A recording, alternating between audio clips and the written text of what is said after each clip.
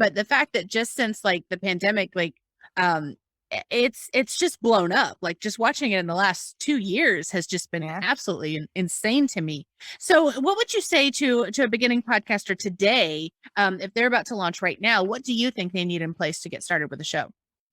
I think what they need is, I think people think they need a lot of things before that they start. One thing I've noticed about humanity, Ashley, is that we are very quick to talk ourselves out of something that we want to do. So you know that whole mentality, like, I'm going to go to the gym tomorrow, and you wake up, it's tomorrow, and you don't go to the gym, right? You've got to have yourself prepared with some statements to counter that, right? Like I go through it every day. I wake up, I'm like, yo, I got to go to the gym. And then my voice is like, just sleep another 10 minutes. Text your trainer. He's going to kill you, but just text him. Yeah, I've texted him and I've seen the consequences, but you forget about that when you're tired, right? So what I did was I kind of come up with like a counter in my head. Like, you always feel better, Ginny, when you go to the gym. And it's true. And it always has proved to be true and kept me consistent. So if you're starting out with a podcast, really think about why you want to create one. All right. Is there a topic that you're so passionate about? Have those thoughts in your head, because that's what's going to propel you forward. All those thoughts about, I can't do this, who am I to start a podcast? This is too hard. That's just another obstacle that you're going to have to jump over. That's going to tire you if you don't have some positive tenacity powering you through, right? So really make that your focal point. And the other thing to Google is like, okay, you can Google how to start a podcast and that sort of thing. Like Ginni Media, my company, has all these guides about that too. But Googling microphones can be quite overwhelming because there's 2 billion searches, right? So just, like, there's a lot of resources out there online. Put some time into some research. Look for a decent mic, because that's really going to be the difference between a quality podcast to a decent quality podcast. Like, that's the quality factor or the quality variable.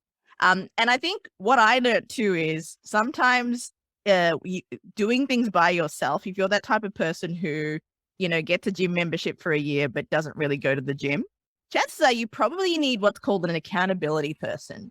So bring someone along with you on the journey that's going to keep you accountable. I'm that person. I will have a gym membership. I won't go. But if there's someone there yelling at me, threatening to beat me up, I will be there.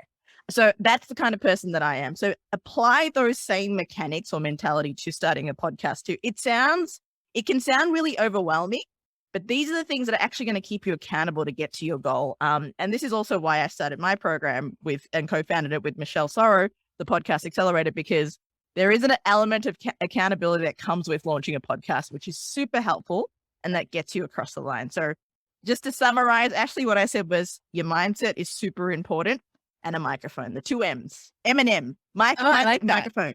I like that a lot. And the reality is, one of the things that held me back for so long is I was afraid of, like, I had the fear of failure. I had the fear of no one's going to listen to me. I had the fear of, well, what if I say something stupid? And finally, one day I was just like, you know what? If I just treat this like an experiment, then if I mess it up, so what? Because the reality is, it doesn't cost that much to buy your podcast hosting. It doesn't cost that much to purchase a decent microphone. Yes, you can go and spend, $500-600 on the fancy schmancy stuff, or $1,000 on a soundboard or whatever. But I mean, I'm sitting here with a Blue Yeti microphone that I think was like $199, but there's cheaper ones even. There's like $60 microphones that sound pretty decent.